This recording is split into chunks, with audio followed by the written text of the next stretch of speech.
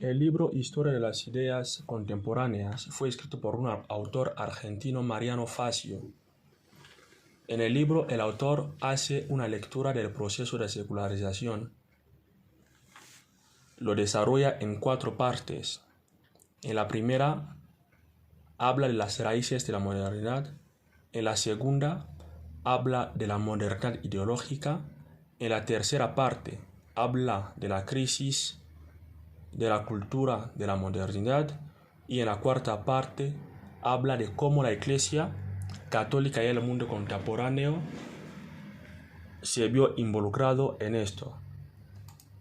Empezando con en clave o el hilo conductor de una lectura del proceso de secularización, el autor aclara que el proceso o el término de secularización no es un concepto unívoco. Al referirse a este concepto, muchos lo homologan erróneamente a descristianización, haciendo alusión a la afirmación simplista de que el mundo moderno es secularizado y el mundo medieval es cristiano. Según el autor, esto es un simplismo, ya que la verdadera distinción entre mundo moderno y medieval es la separación de la finalidad y la separación de la cuestión del origen del poder espiritual y del poder temporal, natural y sobrenatural. Secularización, a la luz de esas aclaraciones, vendría a ser un proceso de desmitificación y racionalización de la fe y del mundo, y no una secularización entendiéndola en un sentido fuerte como pérdida del sentido religioso o desencantamiento del mundo. En otras palabras, secularización se puede describir en 2 sentidos. Primero, afirmación de la autonomía absoluta del hombre, y segundo, descalificación o toma de conciencia de la autonomía relativa de las realidades temporales. En el libro, como ya dijimos, se aborda en 4 partes. En la primera parte, se aborda en profundidad el Renacimiento. Se habla del Nuevo Mundo y la Reforma Protestante, que va del siglo XV y el siglo XVI, donde comienza una época caracterizada por procesos de cambios, el descubrimiento de América, Reforma Protestante por Martín Lutero, invención de la imprenta y otros más cambios que conocemos. Pues estos cambios suponen amplias novedades, pero también asimismo perdurarán elementos medievales. Los distintos elementos de cambios que obedecen a los conceptos de secularización ya escritos son el antropocentrismo, todo torna al centro del hombre, el hombre en el centro de la realidad, a diferencia del modelo medieval que era el teocentrismo. Otro es el descubrimiento de América y la secularización, en cuanto que los justos títulos y la secularización de la teocracia medieval. Estas son las críticas que surgieron frente a la teocracia medieval tras el descubrimiento de América. Se cuestionaron los principios jurídicos que defendían la plena identificación del orden natural y sobrenatural. En virtud de esos principios, el Señor Pontífice es Señor y dueño de todas las tierras. Siendo así, el título sobre el cual era válido conquistar las nuevas tierras era mediante una donación pontificia en aras de cristianizar. Otros de los elementos de secularización fue la reforma y la modernidad.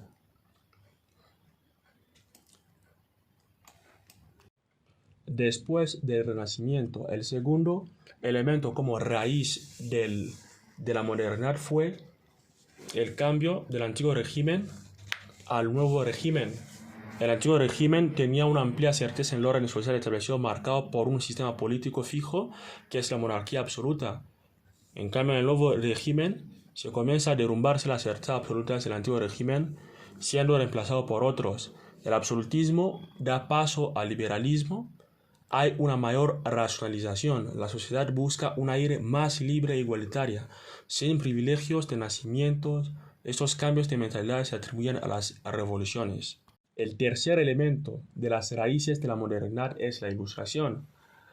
En la ilustración, como se sabe, la inconformidad con las ideologías dominantes dio paso a una serie de intelectuales que, en torno al siglo XVII-XVIII, fueron minando la estructura social antes descrita con nuevas corrientes filosóficas modernas.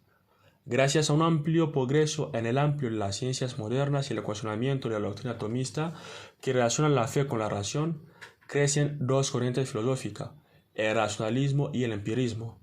Estas corrientes serán luego criticadas por los ilustrados, siendo acusados como construcciones imaginarias y artificiales. La filosofía de la ilustración se basa en la fe de la razón entendida como la empirista inglesa, vale decir la facultad inagotable del ser humano por conocer. Esta fe en la razón se complementa con la noción de progreso, entendiendo la historia como el desarrollo progresivo de la razón y con el rechazo de la tradición de todo fenómeno social que no pueda explicarse por la razón, catalogando de superstición la religión revelada.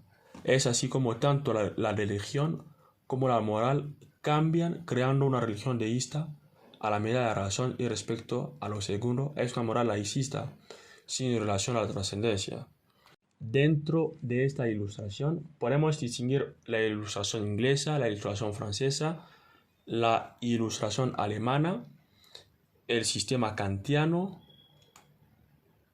que trató de superar el empirismo y el racionalismo que ya explicamos, y con la crítica de la razón pura pone su centro en el hombre, pero afirma la existencia de Dios. Kant provee el mundo sensible, y Dios provee el mundo sensible, mientras que con la razón práctica afirma la autonomía absoluta del hombre, cortando la moral de la trascendencia hacia Dios, pasando la fe práctica a no tener fundamentos científicos. El romanticismo y el idealismo alemán es otro de los elementos que forma las raíces del modernismo. En la segunda parte, donde el autor aborda la modernidad ideológica, se destaca el liberalismo, que es una filosofía política, moral y económica que defiende la libertad individual, la limitación del poder del Estado, así como la igualdad ante la ley. Por tanto, el liberalismo es una doctrina que promueve las libertades civiles y que trata de oponerse al despotismo ilustrado, al absolutismo, así como otro tipo de corrientes en las que la figura del individuo no goza de plenas libertades. Se aborda también el nacionalismo, que es una ideología y un movimiento sociopolítico que se basa en un nivel superior de conciencia e identificación con la realidad y la historia de una nación. Como tal, el nacionalismo fundamenta sus ideas en la creencia de que existen ciertas características comunes a una comunidad nacional o supranacional, debido al cual se propone legitimarlas y modelarlas políticamente.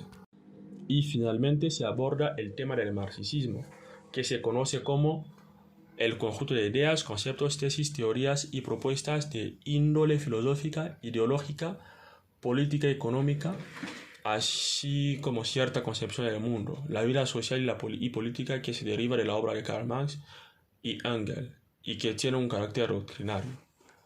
Así pues, el marxismo es una corriente de pensamiento o modelo teórico explicativo de la realidad humana que ha servido como base ideológica de lo que se conoce como materialismo histórico y dialéctico del comunismo y de los diferentes tipos de socialismo. El objetivo del marxismo es que sean los propios trabajadores quienes, a través del Estado, manejen los medios de producción, lo cual posibilitará una sociedad sin clases.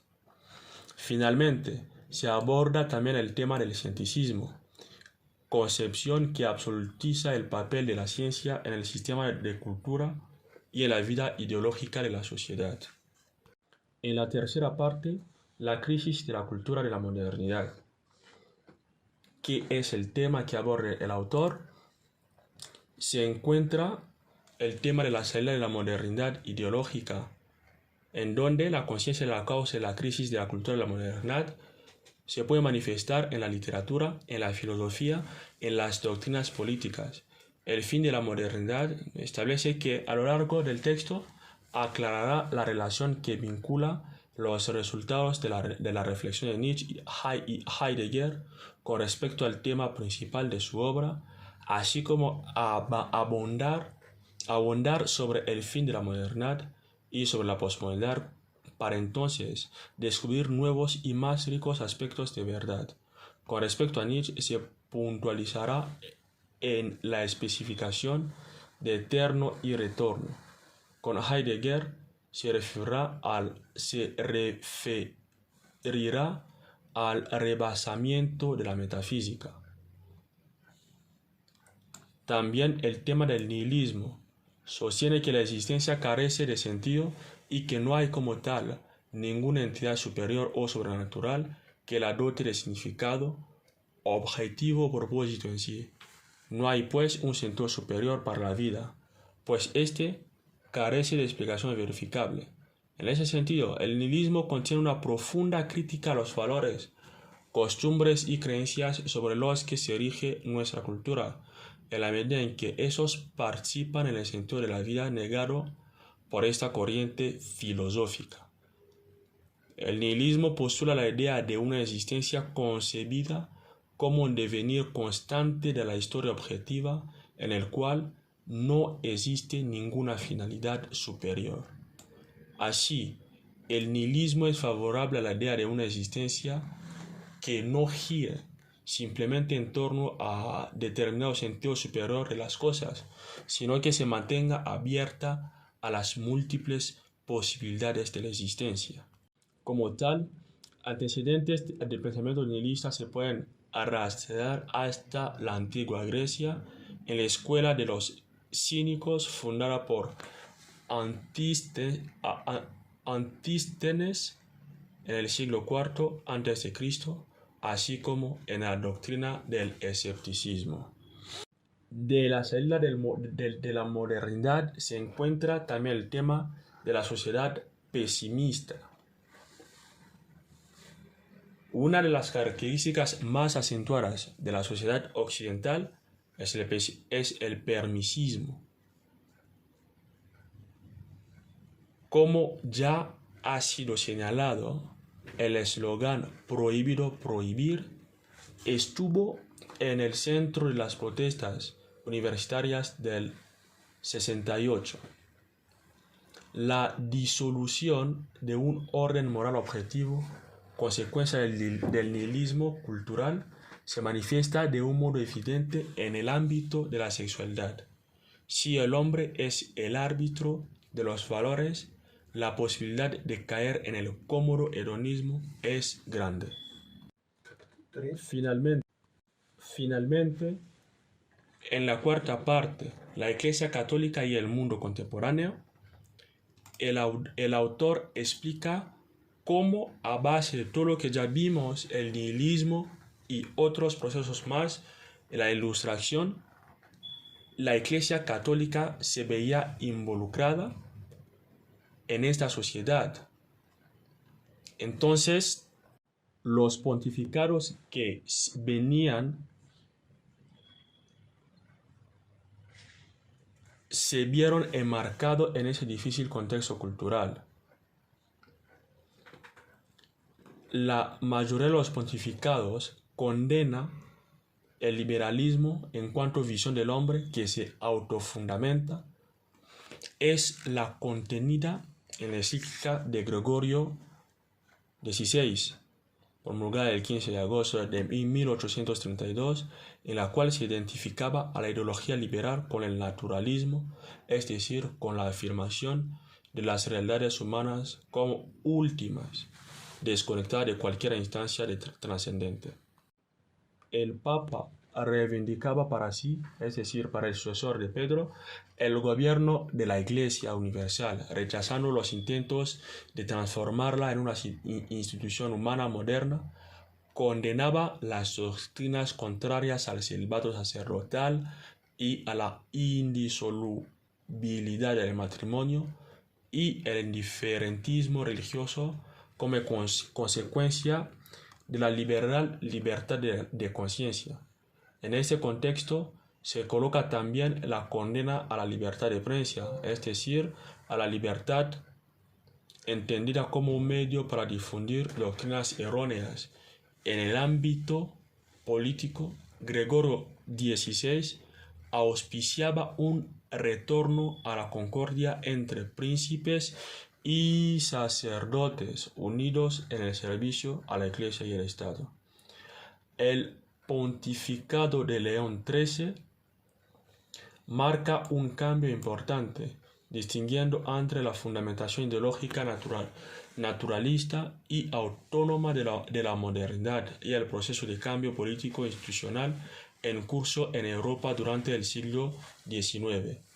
El Papa se propuso presentar a la humanidad frente a la libertad absoluta y naturalista la belleza de la libertad cristiana que no sufría de las situaciones antropocéntricas y autónomas de la modernidad ideológica. Finalmente asistimos a la convocatoria del Concilio Vaticano II, en el que se proponía una renovación de la Iglesia, la búsqueda de la unidad de los cristianos y una apertura al mundo, para resolver todos juntos los problemas de la humanidad en clave de la libertad.